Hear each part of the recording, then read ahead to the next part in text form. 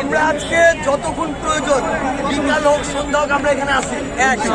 দ্বিতীয়ত আমরা কিছু শয়তানদের অপচেষ্টা ব্যর্থ করতে আসছি।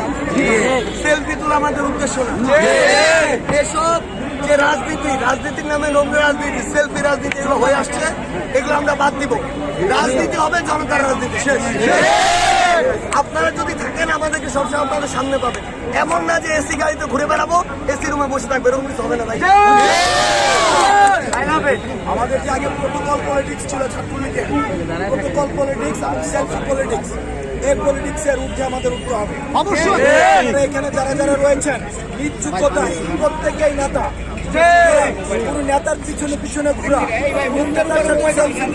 এগুলো হচ্ছে ছাত্রলীগীয় কায়দায় নিজের ব্যক্তিত্বকে বিসর্জন দেওয়া। সুতরাং নিজের ব্যক্তিত্বকে বিসর্জন না দিয়ে বরং নিজের ব্যক্তিত্বকে নিয়োজিত করার নিজেদের এই যে অবস্থা, আমরা সেই অবস্থাটিকে ধরে রাখবো।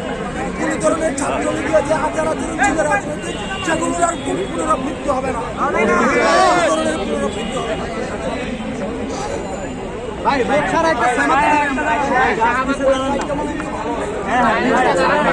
একটা গাছের নিচে দাঁড়ায় ভাই সবাই,